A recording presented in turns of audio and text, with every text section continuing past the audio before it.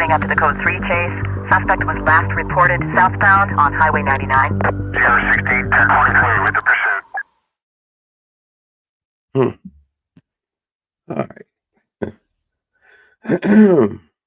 What's good, everyone? What's good? Listen, I normally don't do live streams this early, but I actually need to hear this verdict. You guys, listen, I've made, I think, 2 or 3 videos in reference to the Daniel Penny case, and the comment sections have been a little bit out of control. So I said, you know what? Let me do a live stream. Let me do a live stream, get some thoughts, give people who have an issue with my opinion, my expert opinion, to actually come up and have the conversation. So listen, we're going to talk about a lot today.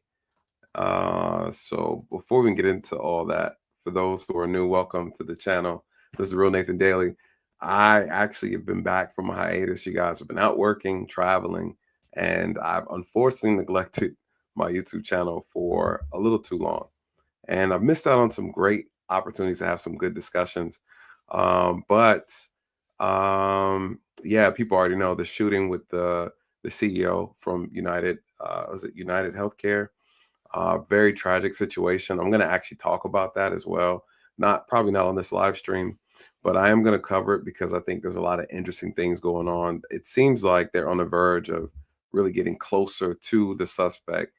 They just recently put his photo out. So, but yeah, the trial is definitely going to be overshadowed by the shooting, which is okay.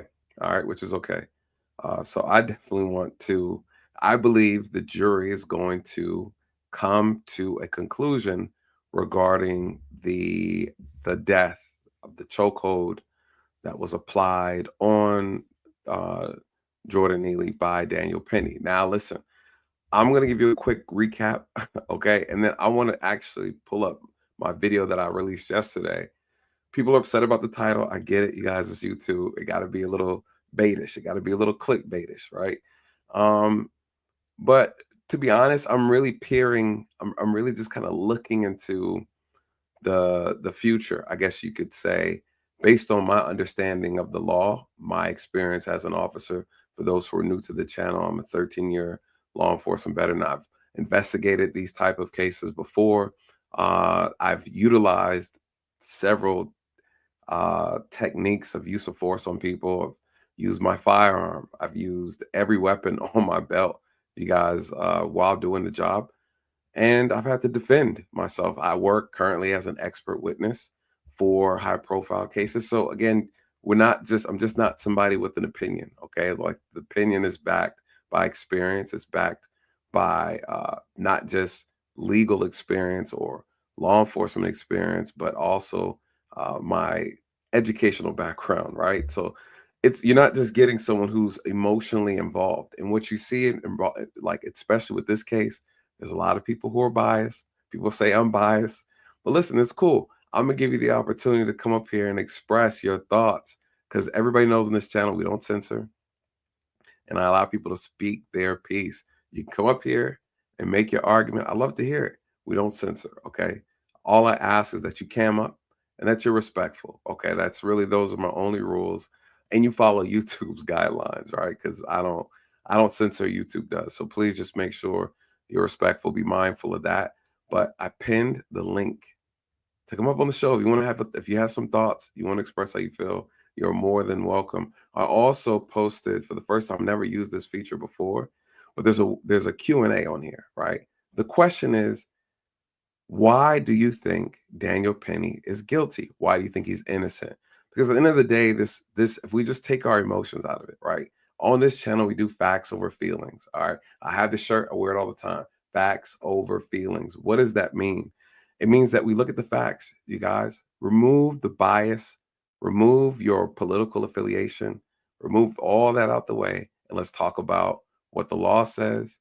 Let's talk about what the Constitution says. Let's talk about the policies and procedures and things of that nature. Let's just look at the whole thing in context, not how you feel, not because you're a former military person, right? Not because you have these constituents that you want to represent. I've heard so many different opinions about this case from people who have, of course, who are educated, those who have law enforcement experience, those who are attorneys. And I love attorneys. Some of my best friends are attorneys. but they are about the business, okay, of winning. They don't necessarily have a side. The side doesn't matter, okay? You got attorneys that represent sex offenders and killers, okay? So don't talk to me about what an attorney said. All right. At the end of the day, this all comes down to who actually makes a solid argument. What I've seen, and look, the comments under my video shows and proves to me that the majority of people uh, are they are on this moral decline, okay, and they're justifying the death of a man simply because they believed he essentially deserved to die because of his status. Some it's because of his status, some it's because of his criminal history, and it's disgusting, right? Again, I broke this down before, right? And as we're having this discussion, you guys, listen, I really am waiting. I really just want to wait till the verdict comes out because what it's looking like right now is that it's going to be there's a possibility of a hung jury. What does that mean? It means nobody, it means somebody could not agree on what everybody else wanted to agree on. Okay. There's conflict within the jury pool. So we don't know what's going on. But this is the third day of deliberation. I believe we're going to find out today what the deal is, whether they're going to find him guilty, not guilty, or to be a hung jury, which possibly could mean a mistrial. They're going to try to do this thing again, or they could throw it all out together and say, listen, this 50-50 it can look good on both sides, right? The prosecutor side, it could be good for them, or it could be good for the defense. So we don't really know. And this trial right now is being overshadowed by the shooting, tragic shooting. We already know what's going on with that. I'm going to cover that probably another time. So shout out to everybody in the chat. Welcome. I definitely want to hear your thoughts and your opinions. But I mainly want people to come up who believe that Jordan Neely deserved to die. Essentially, that's what this all comes down to. People are just like, he died, he deserved it. If you believe that Daniel Penny is innocent, I would really like to hear your honest opinion and reason why and the facts to support that. Um, and how are you coming to that conclusion? My conclusion is based on the facts and the evidence that we know that's been presented to us in the public. Okay. Uh, and so that's how I'm basing mine. And those who have a difference in opinion, I just really love to hear it. And so I'm gonna play a news clip just to kind of get us all on the same page of kind of what's going on. I think this was just released maybe an hour ago. I'm gonna go back and forth online and see, if we get a verdict so far. Nothing. What we do know is that the jury has asked to review additional information. They're unclear, right? They it seems like they really want to kind of narrow this thing down. We're going to go over the charges, the two charges, which are manslaughter, second degree manslaughter, and then a lesser charge of mm, I think it's criminal negligent homicide or negligent homicide. It's a New York Penal Code. So, just a quick check on here. There's nothing, no verdict yet. All right. Make sure this thing, yeah, no verdict yet. So this is where we are. So where should we begin? Where should we begin? We already shout out to you, Vic. Shout out to you, Vic. Gifted memberships. I appreciate that, brother. I appreciate that. Welcome. It's good to see you guys up here. Yeah, so let's quickly go through it, and then I definitely want to pull up. Lisa, I see you. I'm gonna actually answer this. Um, we're gonna discuss that. We're gonna discuss that because your thoughts, Lisa, is shared with a lot of people, right? So not dismissing your thought, your opinion. A lot of people feel like you feel. Okay, there's nothing wrong with that, but we're gonna unpack that. Before we get into that, let's do like a quick little breakdown. Matter of fact, let me play the news clip for those who might be a little unsure about some of the details. Let's just go through it real quick so you can hear um, what they are saying. Let me see, myself out the way. All right, here we go. All right, let's get into this. The jury in the Daniel Penny trial needs more time. Tomorrow will be the third day of deliberations for the Marine vet charged with second-degree manslaughter and criminally negligent homicide for killing a homeless man who was acting erratically on the subway last year. Today, the jury requested to rehear testimony from the medical examiner who performed Jordan Neely's autopsy. And one of the defense's arguments is that the chokehold may not have even been the cause of his death. They also wanted to rewatch key videos from the case, including the bystander video of Penny holding Neely down in a chokehold, probably the most important piece of evidence in the case. Jurors also asked to see Penny's interview with detectives. Some guy came in, he's like, whipped his jacket off, and he's like, I'm gonna kill everybody, I can go to prison forever, I don't care, I don't do this. At that point, I looked to the person next to me like, hey, Penny's interview. Okay, let me before I even get into that, let me pause it real quick. Who tried to point you? Listen, we don't do this. We don't do that, Lisa. We don't. I trust me. This channel, we don't throw the race card. we throw the fact card. Okay, so no one's gonna say that who you're affiliated with, whether you date a black guy or whatever the situation is irrelevant. All right, you have an opinion, and that's completely fine. It's a respectable opinion here. So, but we're gonna unpack that, and I don't think this has anything. I'm not blaming anybody about what the race is. That's not even the argument. I don't think that's even relevant as the facts are concerned. So before I even get into this video, because I want to look at this interview, this is what I want to kind of break down real quick. I don't know why this thing, it feels like it's not focused. Is it not focused? All right, let me throw this out the way. Okay, so let's talk about what the facts are. Hold on, I just feel like this thing is not okay. Much better. All right, what are the facts?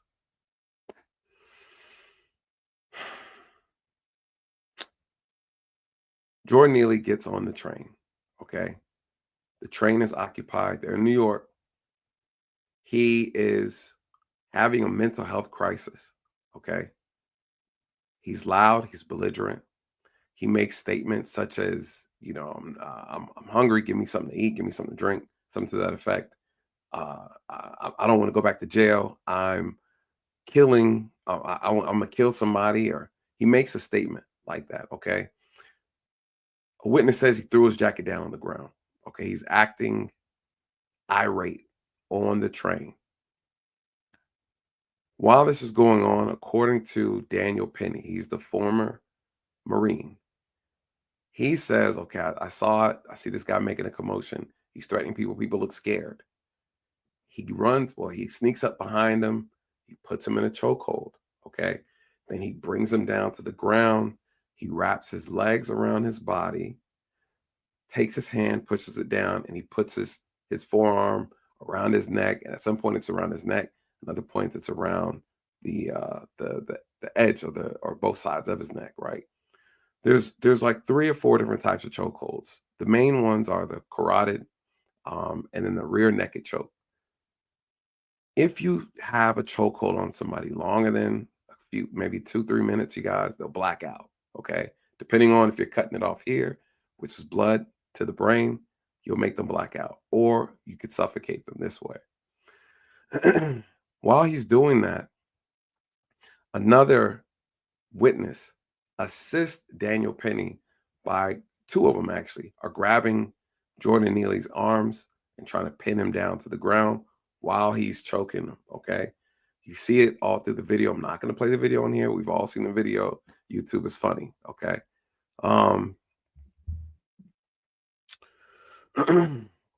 While he's doing that, mind you, he had him in for almost 6 minutes. You see Daniel Penny, you see Jordan Neely, kind of flailing around on the ground. The dangers of wrapping your legs around a person's body while initiating a chokehold and pinning the arms down, you're unable to get air. Okay, the whole thing is you're trying to get air. You can't breathe. Daniel Penny states that he wasn't using any type of pressure. Okay, But when you watch the video, and I urge you to watch it again, you see the aggression in his face. Okay. You see him adding pressure. All right. You see Jordan Neely trying to grab and reach to try to free himself. At no point in time in the video that we have access to do you see Jordan Neely, one, attacking Daniel Penny at all. He's squirming, trying to get free. He's not attacking anybody. Even according to the witnesses, he never physically attacked anybody. Okay. He made statements out loud. He never presented a weapon. He never acted like he had a weapon. This is according to the witnesses. He just made some irate statements inside the train. Okay. That's important. That's important. While he's fighting to get free, someone pins his arms down. Okay. The dangers of wrapping your legs and pulling somebody back just like this, you're going to suffocate them. All right. This is people who have actually been in fights before. All right. People who've actually utilized chokeholds. You cannot hold a chokehold longer than 2 to 3 minutes, you guys. You can kill somebody. Everybody knows that. Everybody who applies, uses it, and have been taught, they are well aware that it's extremely dangerous technique. I've used it because I was trying to take somebody out who was trying to take me out or my partner, coworker out. Okay. So I've used multiple types of chokeholds, in different forms at different times, different angles. I've used them plenty of times. So I'm well aware of the danger, and I'm well aware when someone's unable to breathe while I'm holding them. Okay. So now what happens? The gentleman who was helping Daniel Penny hold him down, he makes a statement and tells Daniel Penny, he's like, "Hey, listen, ease up, okay? Ease up off of him a little bit. You're putting too much pressure on him." And if I'm not mistaken, Daniel Penny doesn't even respond to him. You guys, when you're watching the video, you see a lack of affect in his face. Okay, all you see is the aggression from him choking him, and he's chewing bubblegum at the same time. He's not phased by it. So the guy tells him, "Hey, let up off him a little bit." He doesn't. Minutes go by.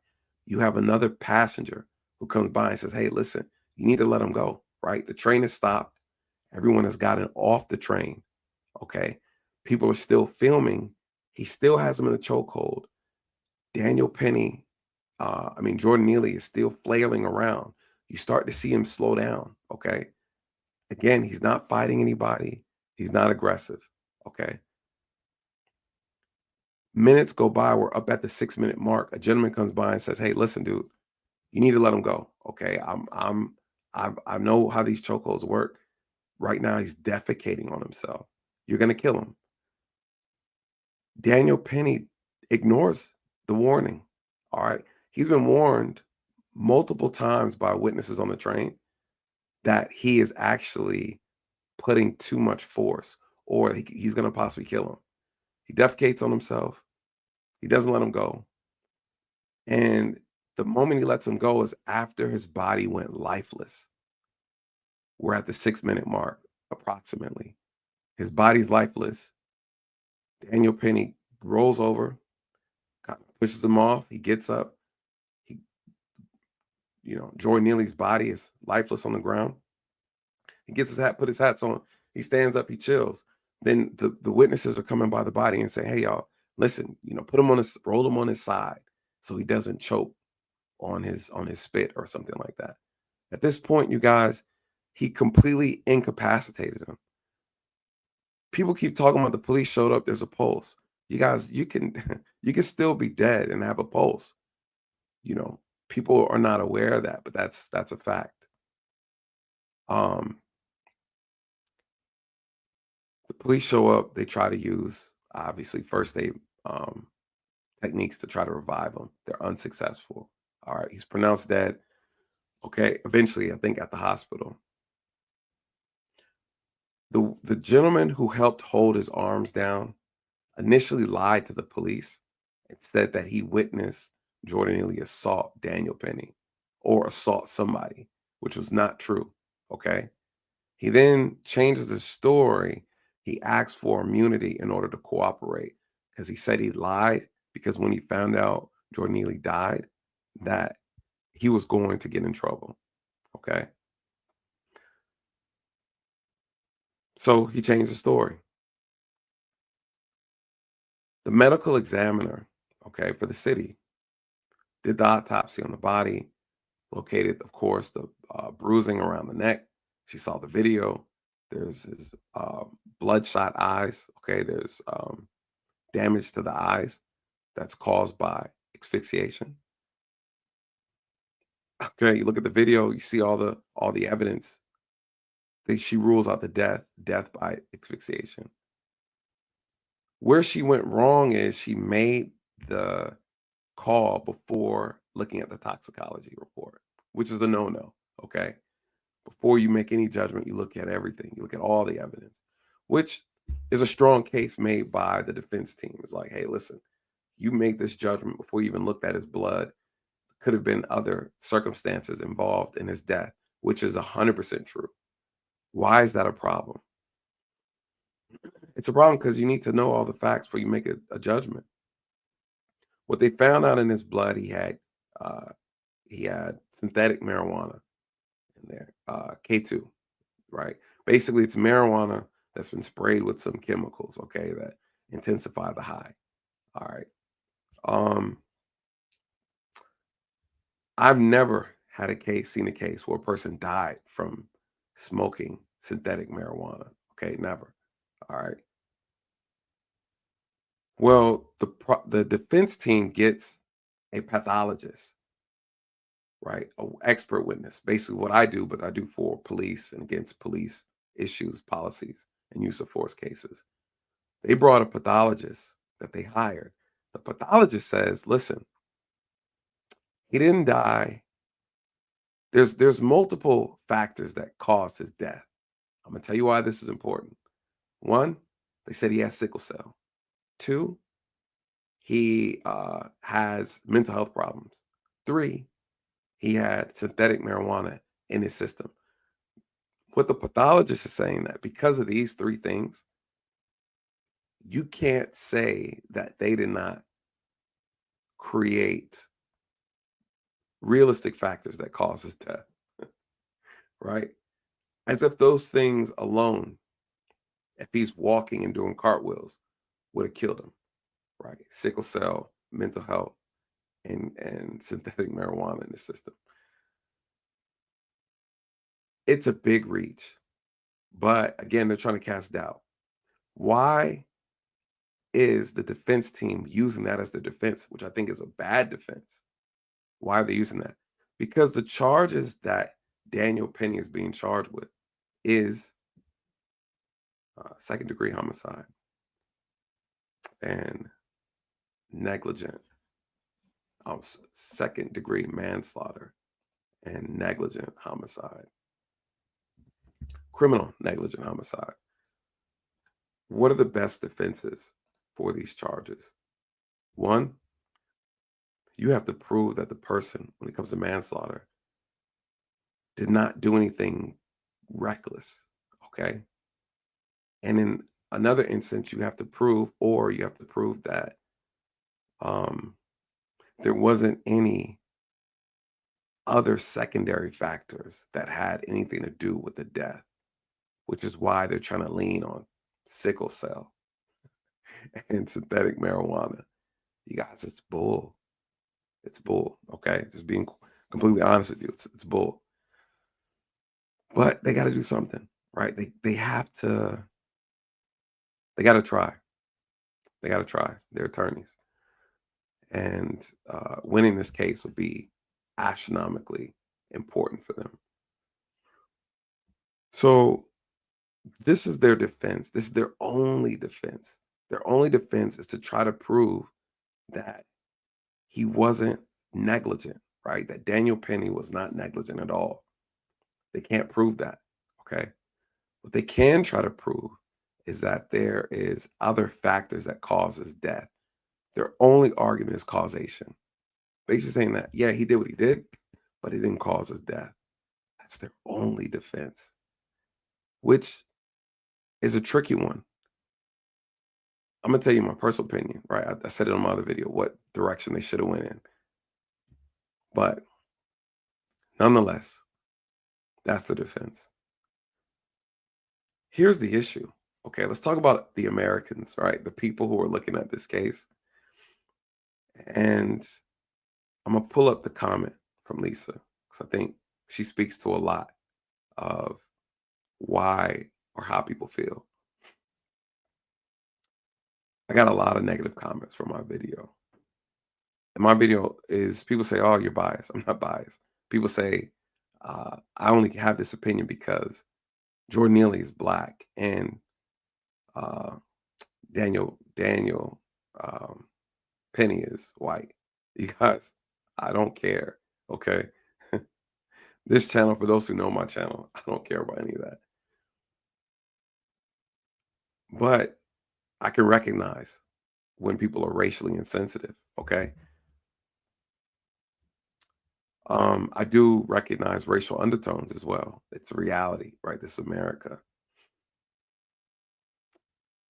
But I also know how ignorant people are in this country. I also know how morally insensitive people are as well in this country. There's a lot of factors going on, but I also know how people make emotional arguments when they feel like something is important to them. Okay. And this is why I'm bringing up Lisa's comment. And Lisa, I thank you for making this. And again, for those who want to come up and express their thoughts, if you feel like he's not guilty, I want to hear your thoughts. I believe he's guilty. Okay. And that's not coming from my feelings, that's coming from the facts. And we'll talk about that. So Lisa says he's not guilty. Okay. Why? So these black men are menaces on the subway. They are lazy, drug addicts, and garbage to society. Well, the statement, making a blatant statement saying these black men, of course, people are going to think you're racist for making that statement. There are vagabonds, there's homeless men, there's men and women who suffer from mental health issues all throughout this country. If we're talking about New York specifically, okay, they come in all shades of colors, religions, and races. So already you're starting off poorly with this statement. So again, I would ask you, what are the facts? Okay, what are the facts? This is your opinion filtered through. It sounds like some prejudices, okay, that you might have towards black men in subways. Right? Not saying you're a racist, but this looks a little racist. Okay, so give me some facts. Give me some facts. This statement doesn't explain why you think he's not guilty. All right. And this is her follow up. Don't try to paint me as a racist. I have black friends. You might be trolling. This is too good. And they too agree with me that these black men are always up to no good on the subway and being menacing. So again, no facts. I want you to give me some real facts, Lisa. Give me some real facts. Oh, what's up, Michi? Shout out to Michi. Michi, I'm trying to figure out why they think this man ain't guilty. Why they think this man ain't guilty. I'm trying to figure it out, right? I dropped a video yesterday and the comment section was wild. So, I always like people to come up and give me their thoughts on why they think this man is innocent. He's not innocent. You guys, you can't you can't. Here's the reality of people who are really having a hard time with this. Let me state this because I stated on the video, but let me just say this so everybody's clear. If you see somebody committing a crime or you feel that you see people in fear for their safety, you have a right to try and help. Okay. It's not against the law to help in some states. What people don't realize, the state of New York, their self-defense laws are not the same as every other state. In the state of New York, you have a duty to retreat. Okay. What does that mean? You have a duty to retreat, meaning that if you're able to remove yourself from the situation, a dangerous situation, you're obligated to do so before you try to act. Okay. The question is, people felt uncomfortable. They were afraid, okay, because he was making these statements. I'm completely okay with that, right? I'm okay with them feeling afraid. Somebody saw it and decided they wanted to act. There's nothing wrong with acting. There's nothing wrong with doing something about it. The question I would ask is, did you try to de-escalate? Did you try to talk to him? Did you try to usher people away? What other methods did you try to initiate? Did he have a weapon? Was he assaulting somebody? Okay, the answer is no. The answer is no. He was verbally accosting people on the train. Okay, it's a problem. People are uncomfortable. I get it. You didn't de-escalate. You snuck up behind and you grabbed him and you choked him. Okay, I'm still with you. We're still here. We're still here. But in the midst of you doing that, in the midst of you applying that chokehold, you killed him or he died. He died. Okay. The problem is you came out here trying to play Daredevil in New York. Okay. You wanted to come out here and look like the Iron Fist in New York. You want to come out here and play superhero. You better know what you're doing. Okay. You better understand the laws. You better understand the level of force that you're using. You don't have the right to kill somebody by accident simply because you think you're doing something right. Okay. And just because you see people who say they're afraid, their fear still has to be justified to a degree. Okay. I'm not saying you can't act. I'm saying you need to act appropriately. And by you acting and trying to do something good doesn't necessarily justify the outcome of your actions. This is where the disconnect is. Because he's a former Marine means that he's above mistakes or he's above the law or the law shouldn't apply to him because he's a former Marine is stupid to me. It's stupid and it's an illogical statement to make, you know. So she tried. I don't know what she tried. Um Someone says,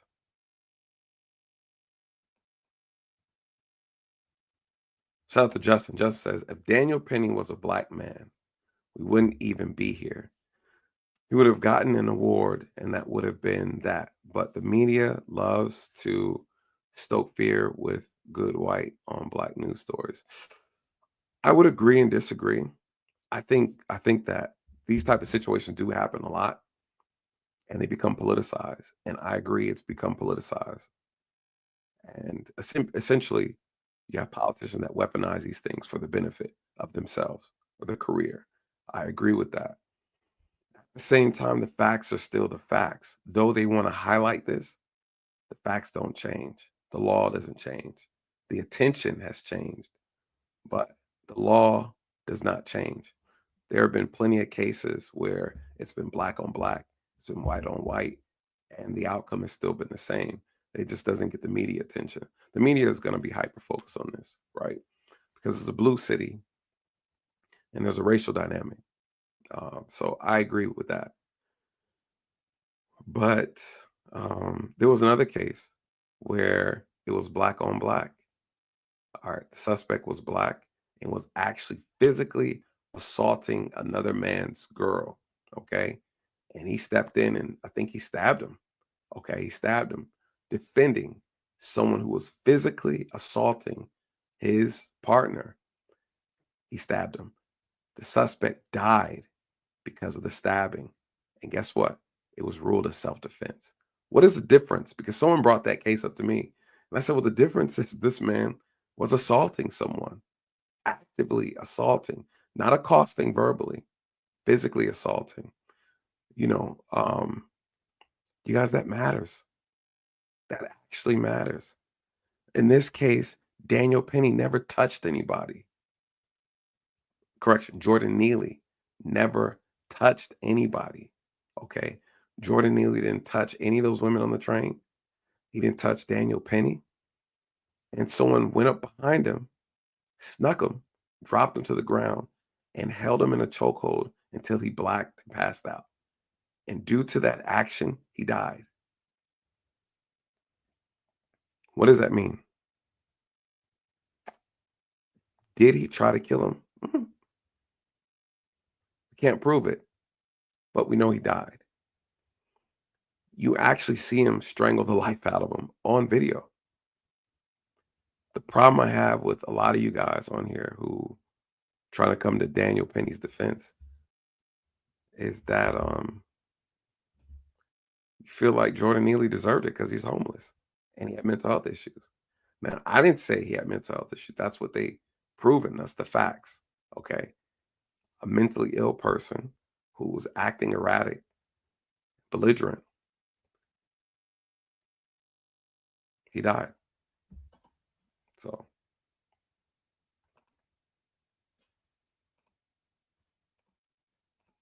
Interview with detectives. Some guy came in, he's like, whipped his jacket off, and he's like, I'm gonna kill everybody. I can go to prison forever. I don't care. I don't do this. At that point, I looked to the person next to me like, hey, just hang on to this phone for me. I had my headphones in, took it off, and just kind of like grabbed him from behind because he came in just to because he was acting like a lunatic, like a crazy person. So I came up, had his back turned to me, and I just kind of got him in a hold, got him to the ground. He's still like squirming around and still, going crazy. I turned to a guy. I'm like, hey, call the cops because the train arrived in Broadway. Yeah. And then waited for you guys. You mind showing me? Sure, yeah. Yeah, so he was standing behind me, Yeah. and I kind of came like this. Okay. I wasn't trying to injure him. Right. I'm just trying to keep him from hurting anybody else. He's threatening people. That's what we learned in the Marine Corps. Penny didn't testify, but they got to hear his side of the story. I'm just trying to keep him. So he was standing behind me, Yeah. and I kind of came like this. Okay. I wasn't trying to injure him. Right. I'm just trying to keep him from hurting anybody else. He's threatening people. That's what we learned. okay. All right. So this is key. What did he say? I wasn't trying to I wasn't trying to harm him. I was trying to keep him from hurting anybody else. You guys, Jordan Neely didn't hurt anybody at all. Okay. So this is why the perception of reality is important when looking at these cases. Daniel Penny's perception is that he's telling the police, hey, I did what I did because I didn't want him to hurt anybody else. You guys, he never hurt anybody at all in this entire situation. Nobody got hurt. Nobody got hurt. He's telling the police, I didn't want him to hurt anybody else. You guys, that's not an accurate statement. But what it talks about is his mentality. He's wrong. He's wrong. So I just thought this interview was so crucial. But again, the jury wants to see the interview again. The jury wants to see the cross-examination of the medical examiner again. The jury wants to see both cell phone videos again. Why? Obviously, there's a disagreement within the jury, maybe, or they want to be 100% sure which charge they decide they want to go with. I have a feeling that they're going to skip over the manslaughter charge. I think they probably feel the manslaughter charge is too aggressive for this situation. Why do I say that? Because I think they can recognize that there was good intentions, right? We all know hell was paved. The road to hell was paved with good intentions. So they see the good intentions, but at the same time, they also see a recklessness in the behavior. Why do I say reckless? Because he's a former Marine. He was trained on how to use and execute a chokehold. His trainer testified on the stand that they were taught not to hold a chokehold more than like 2 minutes. And they were also taught that the chokehold is lethal. So again, the prosecutors have to they have to be able to prove that Daniel Penny had a very strong understanding that the technique he's applying is a lethal one. And by simply using it for a long period of time could cause a fatal outcome. Whether you intend it or not, it doesn't matter. Okay. People are mad because he's like, well, he tried to do something good. Yeah. But if you're gonna play hero, you gotta get it right, you guys. There's I understand, like I understand how you feel. Okay, because see, people are confusing the morality with the legalities. All right. Um, people are mad. He should have never been arrested in the first place. You know, you can't accidentally kill people. I don't know when that has changed. Okay. A person has to have a means to actually carry out said threat. Some people are like, well, what do? You wait until a person pulls a knife and a gun out? Yeah. Prove to me how Jordan Neely was going to carry out a threat of death on somebody. What did he do outside of say it out loud? Excuse me, guys, getting over a cold. But I felt like this too. It looked like to me watching the video, it looked very purposeful. I'm just gonna be honest, but I keep my personal opinions out of these conversations to an extent. It looked personal. It looked intentional to me. I'm just, but as the way the law works, you have to be able to prove intent. You can't prove that he intended to murder him. You just can't. But what they will prove, what they have to prove, when you look at the lesser charge, which is, I don't know why I keep forgetting it in my head, but it's criminal negligence. Okay. Um, criminal negligent homicide. What they have to prove is that essentially, kind of like manslaughter, there was a severe gross negligence, and that an average person would not have done what would have did, right? May have choked, but would not have put the choke that long. Okay. The train comes to a stop, people leave. He's been told by multiple people to let him go, that it's, hey, you're killing him. Okay. And you still see this lack of affect, right? I still go back to again, you look at the lack of emotion on his face. He just didn't care. You know, he didn't care. And it wasn't a person who was concerned based off of what I saw in the video. You can't see any type of concern on his face for the well-being of Daniel Penny, for whatever, Jordan Neely, for whatever reason, right? I don't get into the whole race thing when it comes to this conversation, because the facts alone are just the facts. Okay, you can't choke anybody out until they're lifeless. When they weren't physically a threat to anybody. So again, some people are like, well, do we just wait until? Yeah, you do have to wait until a person manifests a threat, you guys. Because if not, what happens? What happens is then you're basically saying it's okay that anytime someone verbally makes you uncomfortable, you have a right to do something to them physically. And if they die, then it's okay, right? Because they should have never opened their mouth and said anything in the first place. Ultimately, that's what this leads to.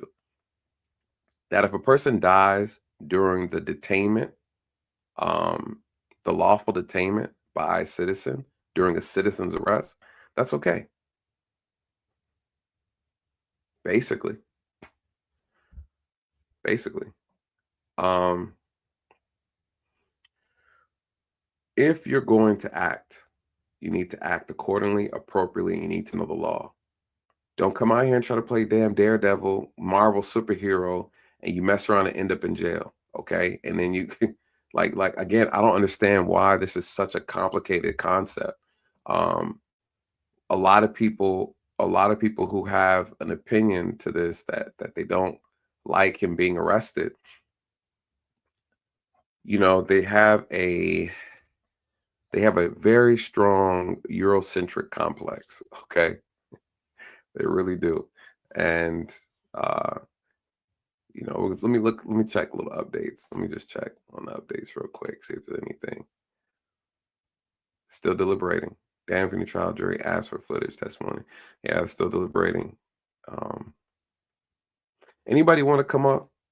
Explain to me why you think he's not guilty. Anybody in the chat? I know we only got a small group in here. Bless my heart, but the way folks up on that previous video, it's nonsense, and that's what he did. If he was choking him like he was trained, that's out tennis.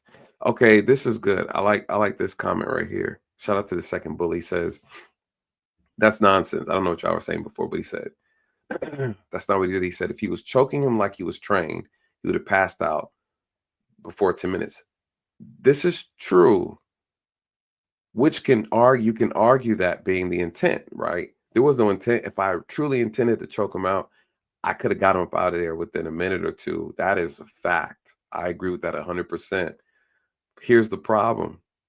The problem is that you weren't using any type of due care, right? When you were actually applying that. And when you watch the video, one thing that I noticed is that the chokehold switched from carotid to rear naked choke, right? Multiple times. Because Jordan Neely's he's squirming around. He's going from his windpipe getting cut to the pressure across the neck, to the force of his hand being placed down on the back of his head. And then again, he has his legs. I can't stress it enough. You guys, when you wrap your legs around someone, those who do MMA, judo, whatever, martial arts, you understand what I'm talking about. That gives you extra leverage. You basically are leveraging your strength, and you're preventing the person from being able to come forward. I believe, based on what I saw, it looked like Jordan Neely assisted with the choke, right? Because he's constantly trying to push himself forward while the arm is up under his neck. Okay, he's doing this, he's turning, and again, he can't grab and free his airway. Why? His hands are pinned. Okay, you can't tap out. Your hands are pinned. And you essentially get to a point to where you're unable to take in oxygen over time. Okay. So though you're saying, yeah, 10 minutes, he could have took him out earlier. Yeah. But being able to pull in oxygen, slowly unable to pull in oxygen over time, essentially you suffocate. One could argue he could have choked on his spit. He could have, just cut the airway a particular time, and he slowly started to kind of lose that last little breath. I mean, there's a lot of ways the body could have shut down in this process. Again, still having the pulse, but be brain dead. That's a very real thing.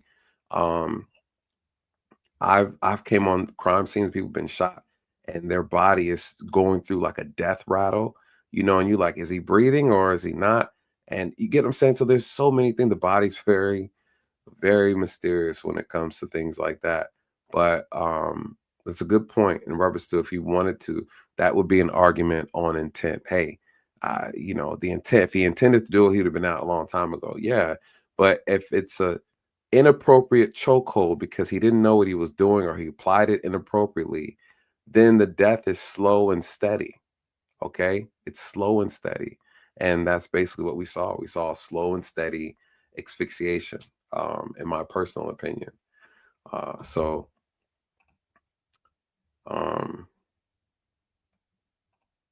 shout out to Bipolar Punt.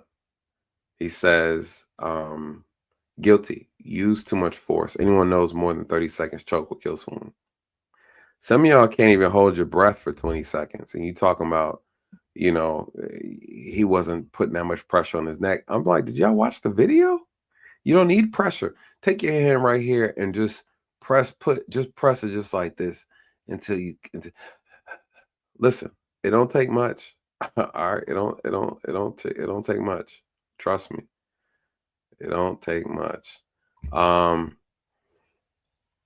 yeah. Said greetings. I did not watch the trial if it was shown. No, New York doesn't allow cameras in the courtrooms. You gotta love these blue cities. They full of crap. Wish they did, because I would really like to hear how the defense and the prosecution unveiled evidence. I heard the defense team has been doing like a real amazing job on really combating a lot of things from the state. I think the state dropped the ball in a couple cases as well. I mean, a couple instances as well, based on what I read. And you know, when you're doing these things, you guys, you got to take your personal opinions out of it. And I think the statement that the medical examiner made was inappropriate, right? It was unprofessional, I would say, when she made a statement and said, I don't care how much fit he could have had, a ton of fentanyl in his system, I'd still say he died from asphyxia. Well, now you're showing your bias, right? Because again, you let the evidence speak for you. You don't speak for the evidence. And that's what a lot of people forget. And when you could tell the difference between someone who understands that and applies that to their profession versus someone who doesn't. When I talk to other police officers, I see other investigators' reports and statements. I can tell if they work the investigation from a standpoint of allowing the evidence to speak for them, or they try to speak for the evidence. And what I hear from a lot of people online and the comments I see, people are letting their personal feelings speak for them versus what the evidence actually states. Why a lot of people have an issue with my content is because I don't choose a side. I align myself with what the facts are.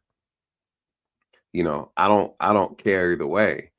You know, if I wanted to come on here and make a bunch of money on YouTube, I'll just tell people what they want to hear. It's not difficult. All right. It's not difficult. So I call it as I see it, and then I'm always open for people to want to challenge that. And there's been times where people have steered me, you know, back to one way than the other. You know, there's some people who haven't been able to, but I'm open. I'm open to hear thoughts that I don't get it right all the time. I get it right a lot of times. You know, I'm like hand sanitizer, baby, 99.9%. Okay.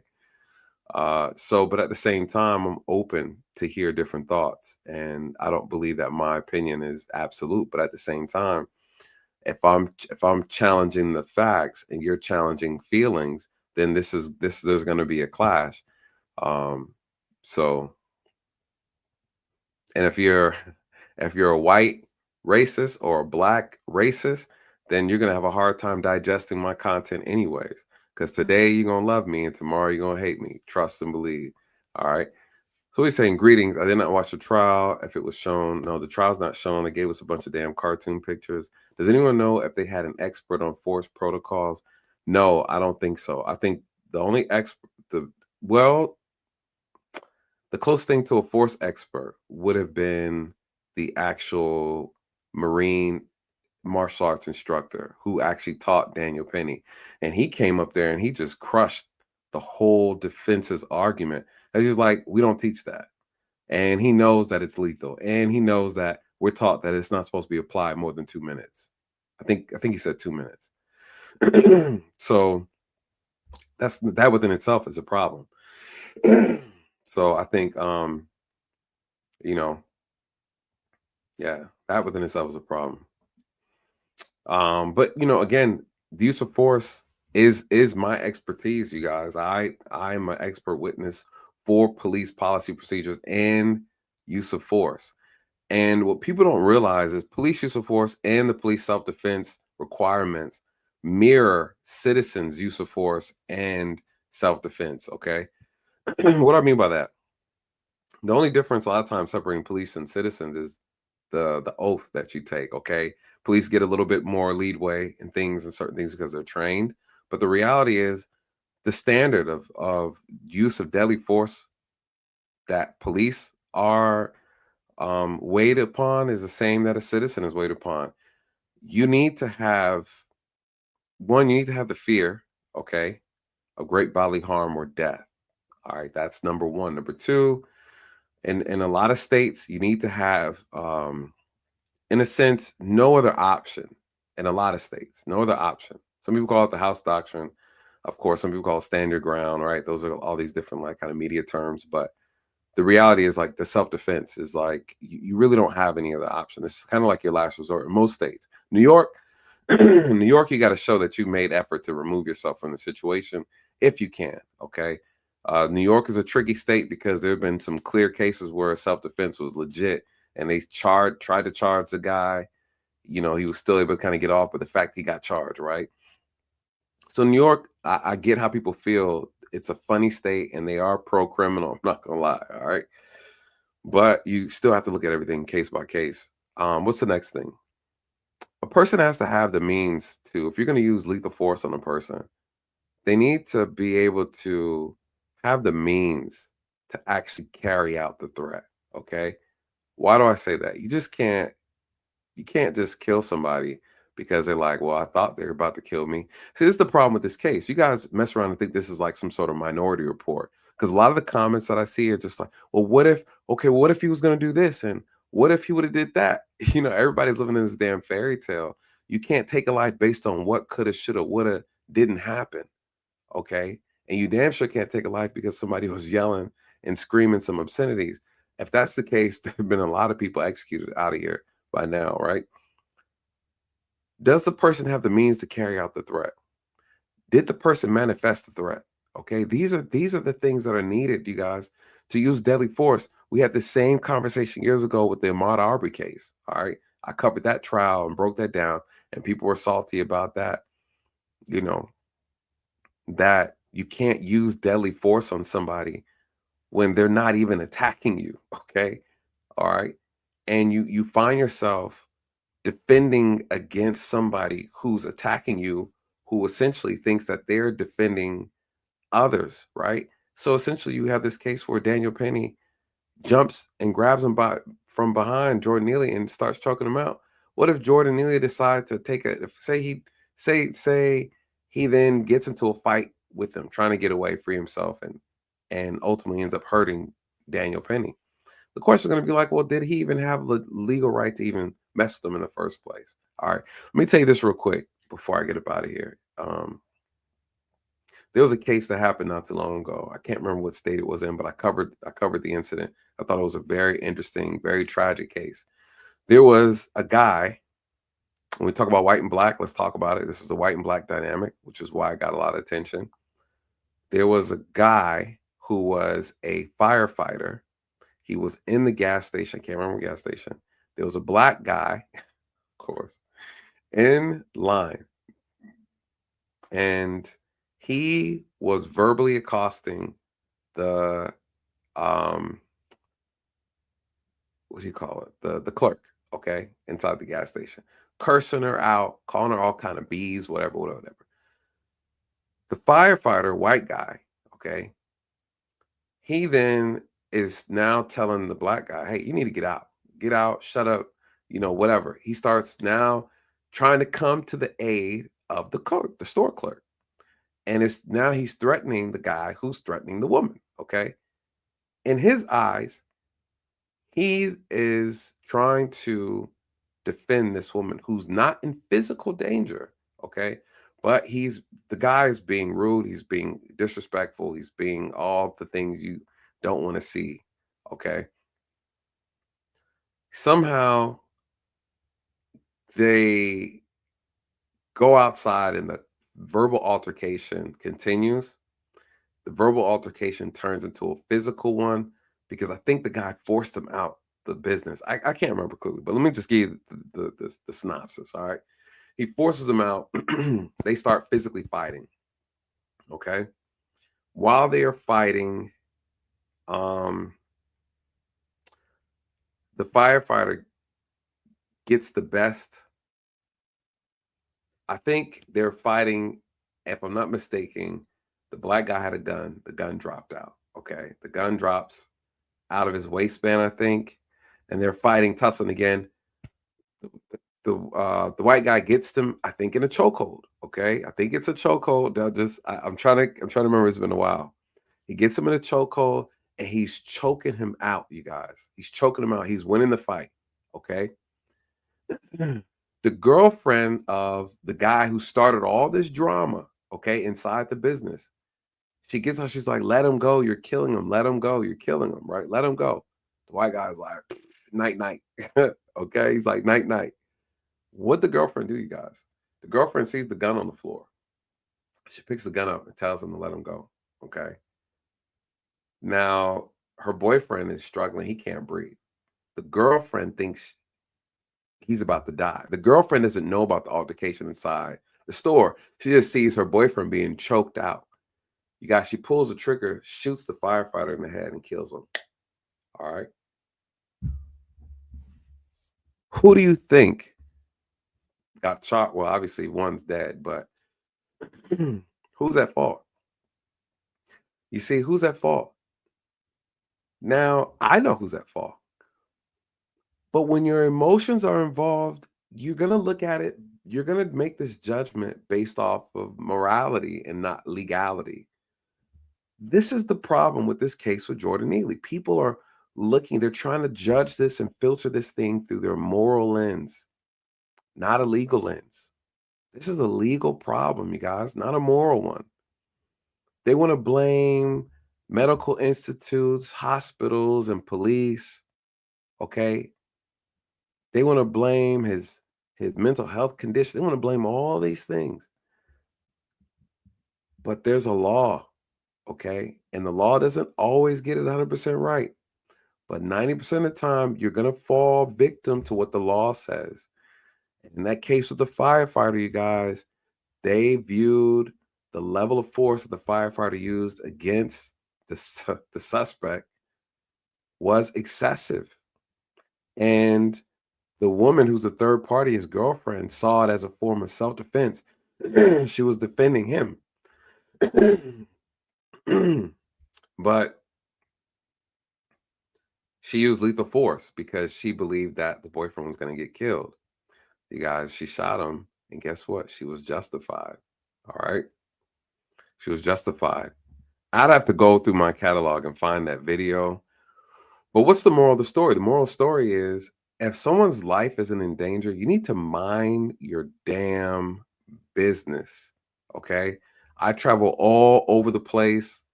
I'm armed. I see stuff. I'm the best witness you can ever wish for. I've only got involved maybe 2 times in my whole 13-year career off duty. Only 2 times I've got involved when I saw something and somebody's life was in danger. And I was in a position to make an impact without getting anybody else harmed or hurt or whatever. You guys, other than that, I've seen all type of crime go. As long as no one's life is in immediate danger, you guys, I don't get involved. Okay. I call, I do what I need to do. I stand at a safe distance. I relay information. But you guys, if you're going to play damn Daredevil, Marvel fucking superhero, you need to know what you're doing out here. The laws do apply. And you can't lean on well, I was just trying to help people. It doesn't work like that. I'm sorry, it doesn't work like that. So when I hear this case and I hear people trying to justify this man's murder, it's wild to me. It's wild. And it just goes to show again, I said it before, that this moral decline in our society is beyond me. Okay, how should Daniel Penny have handled this? He should have came on bending knee, apologized, say, listen, I wasn't aware of the amount of force that was being used. That wasn't my intentions. I'm sorry. I did not mean to kill him. The route they're going is like, hey, I didn't, he didn't even take the stand, you guys. To me, that's a slap in the face. Why wouldn't you not take the stand? You know, it's an accident, it's an accident. Take it on the chin. I'm not saying he needs to get 20 years to life. Absolutely not. I'm not saying that. What I'm saying is to try to make this seem like this was not reckless and irresponsible, a gross negligent response on your part it's I think it's crazy. I think if you were a real Marine, you would be honest, right? You would be honest and you would take responsibility and accountability. And, but like, listen, and show some true, actual emotional regret. I didn't see that. And I think the jury wants to see what was his emotional response to the fact that he killed a man by accident. Because when I look at the video, I don't see someone who looked like he was really concerned. And when his body was there lifeless, he didn't care. He didn't check for a pulse. He rolled him on the side, got up and was checked, threw his book back on. He was just like it was another day at the office. I think the jury is going to look at that. I think they're looking at that, you guys. I think they're really considering how remorseful was he. I think the worst thing that the defense did not do is not put him on the stand. I think he should have got on the stand and he should have told how he felt in the moment and how he felt after he found out. Where he went wrong is he came out with a video maybe a couple weeks after the incident, and he went on Good Day America and he told he gave his position, his thoughts, and it looked so drafted. It looked so like it just didn't look genuine.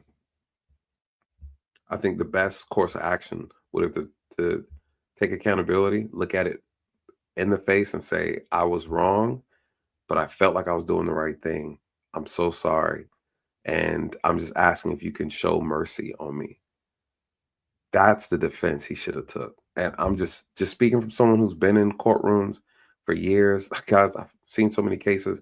I'm telling you, people who are genuine, they approach things differently. What this looks like is someone who's trying to get away with something he knew he did was wrong. And it's quite obvious to me.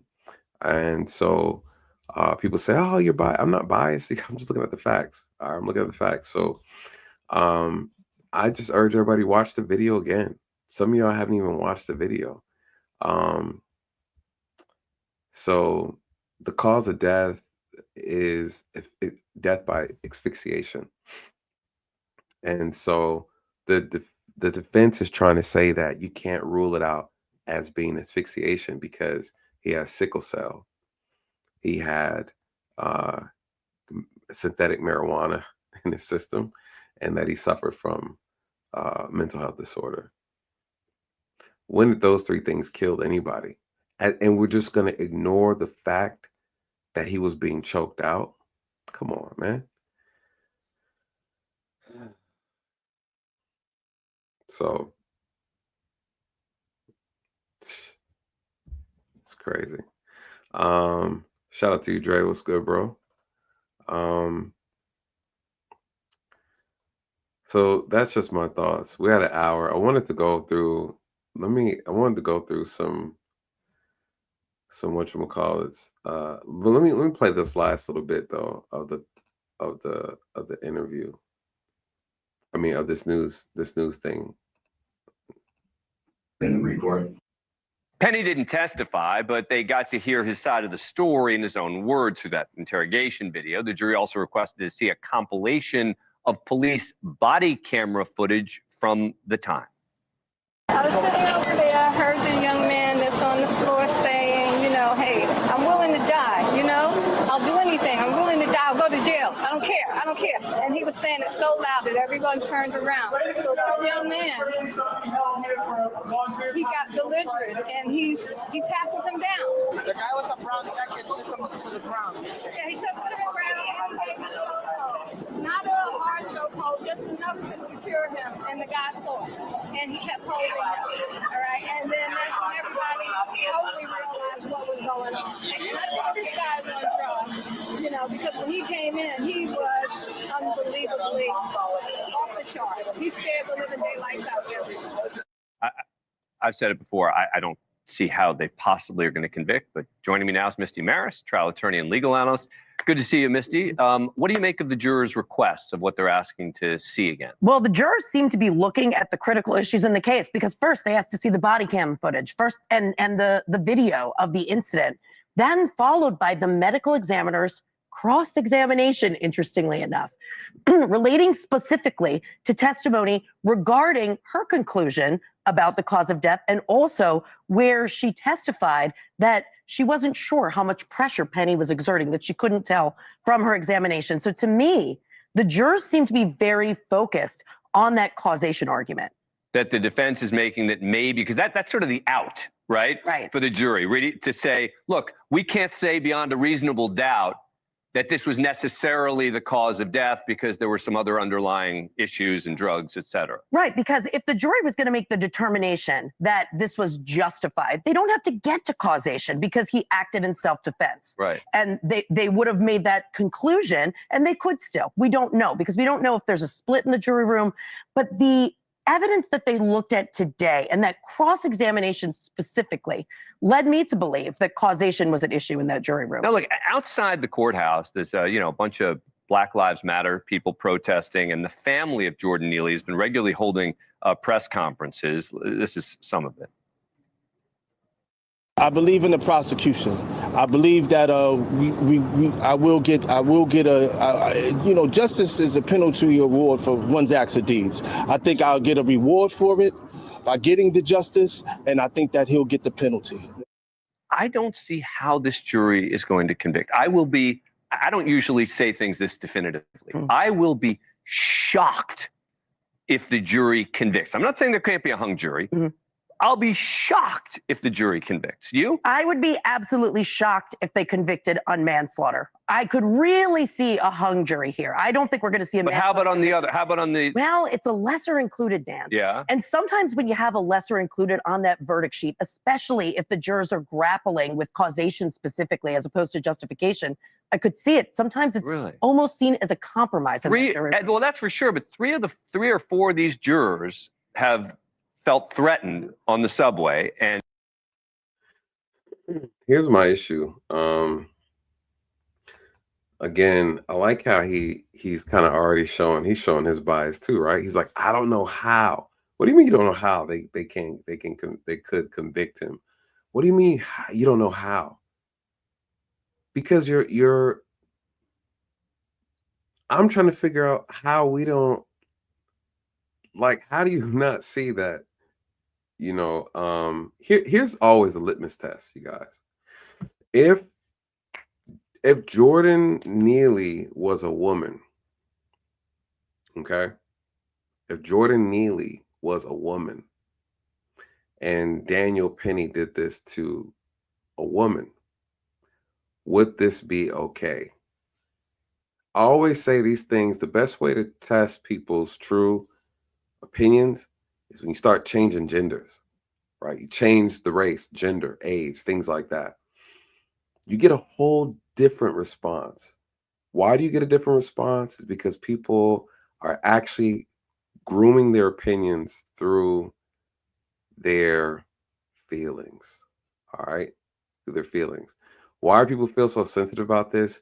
Because Daniel Penny looks like the typical, college football jock. He went and, served his country, and, now he's out and he's just trying to save the day. All right. Looks like a white American story that people can write a book about. Okay. That he's now being oppressed by the legal system, being used as a political pawn for the left-leaning blue party. Now, there's some truth to that. There's definitely some truth to that. But no one's making anything up, right? I think the reality is no one's making this up. The reality is, sir, you can't accidentally kill somebody who wasn't physically or in the process of, or who has caused the harm or death of another person. The law does not support it. Period. Just say you don't like this Ken doll being ridiculed through the media for his actions. That's really what this all comes down to. You don't like the way it looks.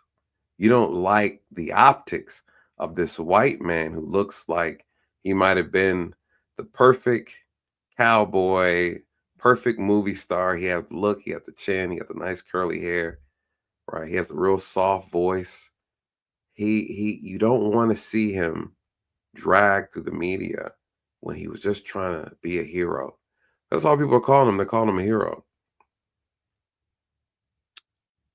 I think he tried to be a hero, but failed heroically. Okay, he failed heroically, and that's just the reality of the situation. And that's cool. Just know that there's consequences with that. There's consequences that come with that. If you want to come out here and play Batman and Robin, you better know what you're doing, you guys. Like that's just what it is. That's just what it is. Or you need to make sure someone's life is in danger. Unfortunately, the way the law works, you need to wait a little bit. The timing needs to be impeccable. Or you need to exercise some self-control. You need to have skill enough to be able to know when it's appropriate to do X, Y, and Z. You just can't come out here and make the mistake. You just can't do it. You just can't. I'm sorry. You just can't. That's the law. The law prevents people from coming out here and acting like vigilantes. It's not going to interfere because with people wanting to help others, because the reality is when someone is truly in danger, people are going to step up. Maybe he acted too soon, but the problem is not that he even acted. The problem is that he did not de-escalate the situation, and he had plenty of time to do so. And because of that, someone died. So how do you deal with that? How do you deal with that? How do you deal with that?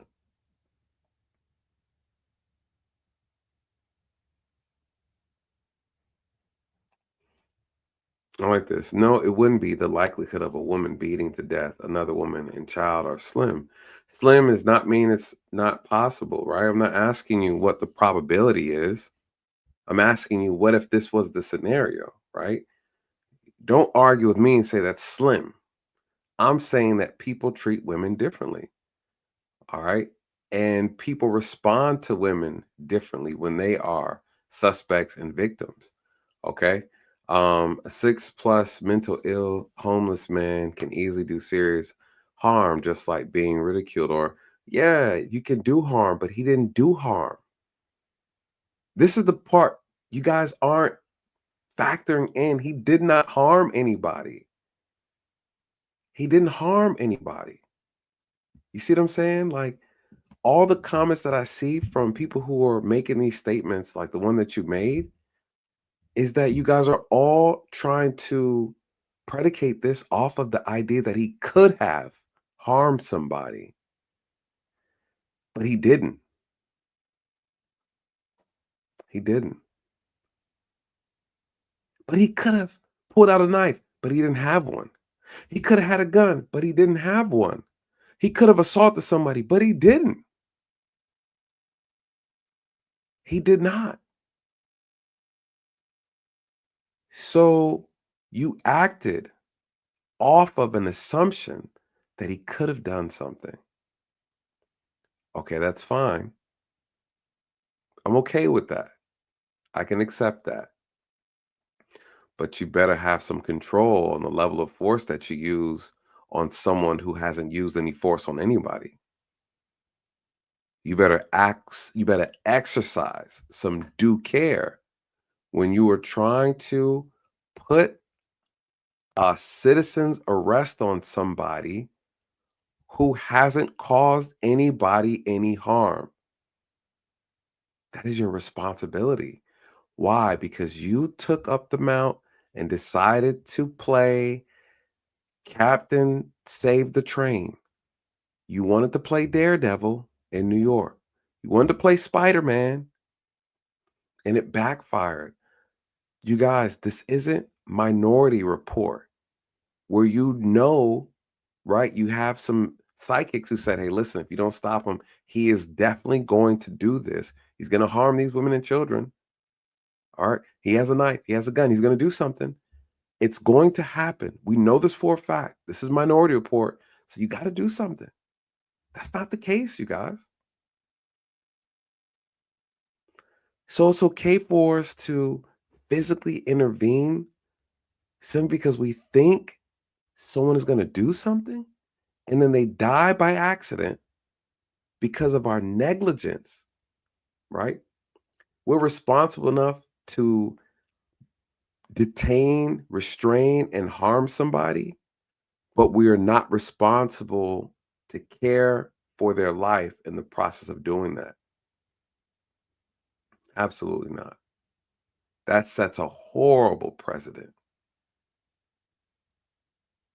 Shame on you guys who are so emotionally unstable that you think it's so appropriate to restrain someone all the way to their death and feel like it's justified because one, the person's homeless, two, they've had a very extensive criminal history. But what harm did they commit that day? Tell me what crime. I'm just saying. I'm just saying. Should Daniel Penny be guilty of manslaughter? Maybe not. I don't think so. But the lesser included, reckless, reckless, criminal negligence. What does it say? A person is guilty of criminally negligent homicide if they cause the death of another person through criminal negligence. The prosecution must prove beyond a reasonable doubt that the defendant caused the death of another person. The defendant did so with negligence. What is criminal negligence, you guys? It's the carelessness required for criminal negligence is more serious than what is typically considered negligence in a civil lawsuit. It must be so serious that anyone who shares a community general sense of right and wrong would recognize it. And this is what the jury is battling with, right? The jury is battling with, is what he did reckless and negligent? This is why his defense is not arguing the chokehold. They're arguing the cause of death, because there's no way in hell you could say that choking someone, putting them in that position, legs wrapped, body arched, preventing their arms from getting air, getting access. Nobody. Attorneys aren't magicians. They're not going to pull that one off. They don't even want to touch the chokehold. They got to choke. They have to address the causation of death. They got to stay away from the reckless action. They got to say, yeah, he did that. He put him in a civilian restraint hold. But that's not what killed him. Because he had a pulse after he was lifeless. He still had a pulse. You can have a pulse and still be brain dead. You can have a pulse and be on your way up out of here, you guys. So that's my thoughts on that. Please comment below this video. We'll see. Still no verdict. I mean, time is ticking too. Still nothing. I don't know.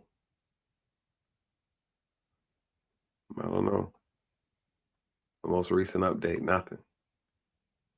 They're in there, you guys. They're in there. Let's believe, after the verdict's out, definitely have to talk about this again.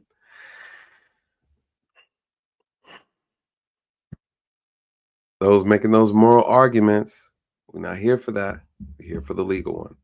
Anyways, you guys, that's it. Let me get your thoughts. Those who are probably getting this, catching this late.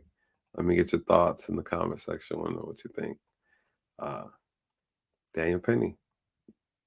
What will the jury decide? Is it going to be hung? Or they're going to come down and they're like, nah, we're going to go ahead and we're going to let it roll with this. Who knows? Who knows? Anyways, you guys, that's it. Thank you so much, you guys, for joining me super last minute stream, as always, for the reason. I just kind of had to get this off my chest in the comment section. I was like, man, y'all got so much to say. But I get it, man. People in their feelings, I get it. I understand. But, this is why I love this channel. We can just have an honest conversation. I give you the opportunity to come up and say your piece, say what you got to say. So I see this comment. Someone said I got a link with TLA. Yeah, I got a link up with TLA, man. Shout out to him. That's the big bro, Love his content. You guys know I'm a big fan of him as well, and he's doing really great things on YouTube. Also, make sure you keep him in his prayers too. He's definitely going. He was going through some health things as well. So, very good dude. I've met him a few times. Good person. Shout out to him. I do need to link up with him. I need to link up. This would be a good case, but shoot, we're about to see what happens. I'd love to get his thoughts on it too. Actually, I think I'm gonna have to reach out to him, see what he thinks about this case. I would like to get his thoughts, just with him being such a seasoned attorney. This is right up his alley, you know.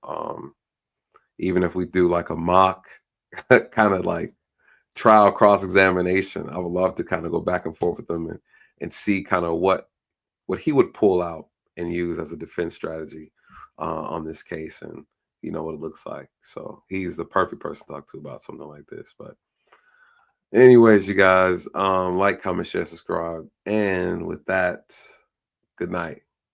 God bless.